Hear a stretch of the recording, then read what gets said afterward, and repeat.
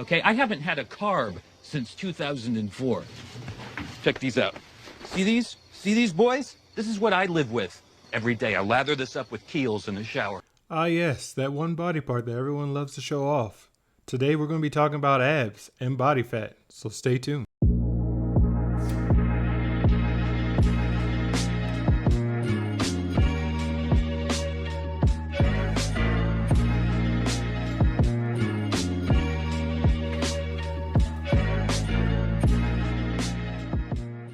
Welcome back, Forever Fitness fans, to another episode of Big Swoll's 2020 Get Fit. Now, I know that's turned into hibernate and quit for a lot of you, but it's okay. We're going to get you right back on track. Speaking of track, if you're doing 30 minutes of cardio a day, you're off to a good start. But let's get down to business. You want to know the secret, don't you? Your secret stuff. You want to know how to get that stubborn fat off your midsection and your love handles so you can see those washboard abs that you had when you were 18 years old. I got you. Well, first we got to get rid of a few myths before we get rid of stubborn fat. First off, will sit-ups give you abs? Okay, it's a two-part question, yes and no. Doing sit-ups or any abductor exercise is going to build your stomach muscles, yes. But if there's a layer of fat covering your muscles, you're never going to see those abs. So you can do 100 crunches a day. That's great, but you're never going to see the results unless you burn off that body fat. Think of your stomach like a roll of toilet paper. The cardboard tube inside represents your abs, and the paper represents the layers of fat you have to tear off in order to see them. Some of you are one-ply bargain brand. Not many layers, easy to work off. Some of you are built like Charmin Ultra Soft, and those rolls are going to last for a while. In my previous video, we talked about body types. You had the ectomorph, endomorph, and the mesomorph. It's morphin' time! Dragon Sword! This is important to know, because once you know your body type, then you can get a better baseline of where your fat percentage is and how much you need to lose. Generally, the average male sits around 18 to 24% body fat, while the average female sits around 25 to 31%. But who wants to be average? I'll put a calculator in the description box, that way you can get a rough estimate of your body fat percentage and calculate it yourself so you know where your start point is. Now here we have a chart of different body fat percentages and the amount of mass for each category.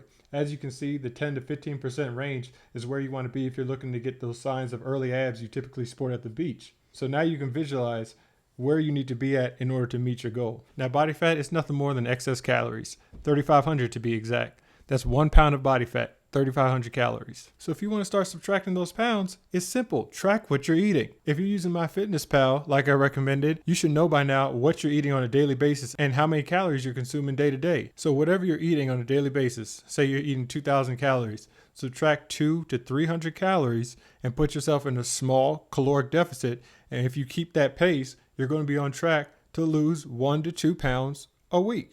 But obviously you're going to want to add exercise in there with the diet. So if you're doing cardio aerobic 30 minutes a day, or if you're doing some HIIT training, or if you're just going for a jog or a light walk, that's just going to further put you in a caloric deficit, meaning you're going to shed body fat quicker, get into those precious abs. Now mind you, there's plenty of ways to go about cutting calories. I don't recommend going under 1,500 calories at any time.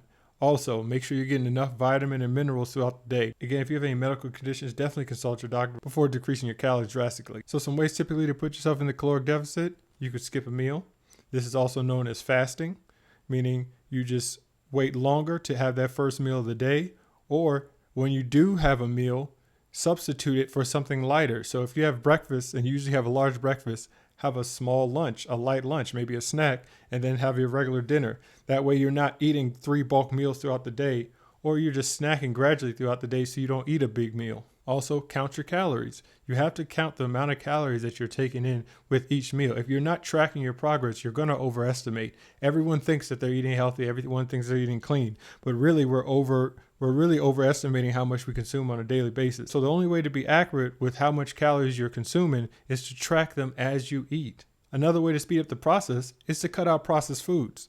What do I mean by processed foods? High in trans fat, high in sugar. These are your enemies. These are not going to help you meet your goals. I know a lot of you have heard it before, carbs are bad. Carbs aren't necessarily bad, it's just knowing when to eat them. In my previous video, I talked about how carbs turn into glucose, which glucose is what fuels your body. It gives you energy. We need it. Abundance of carbs as an abundance of glucose, and all the glucose can't be used up at the same time. For instance, if I eat a bunch of sweet potatoes or I eat a bunch of bread and then I go for a run, I'm using that glucose energy up, so it's not getting stored, it's getting burned and it's getting used. But if I eat a large meal full of carbs and I go to sleep, all that glucose is not being used for energy and it's going to get stored as fat. So it's very important that you try to plan your carb heavy meals around a workout in order to give you the energy to sustain the workout, but also burn it off. That way it doesn't get stored as excess fat. So recap, you're going to want to find out your body percentage. First, determine what kind of body type you have. Now use the calculator, find your body fat percentage. All right, you're sitting at maybe 20, 22%.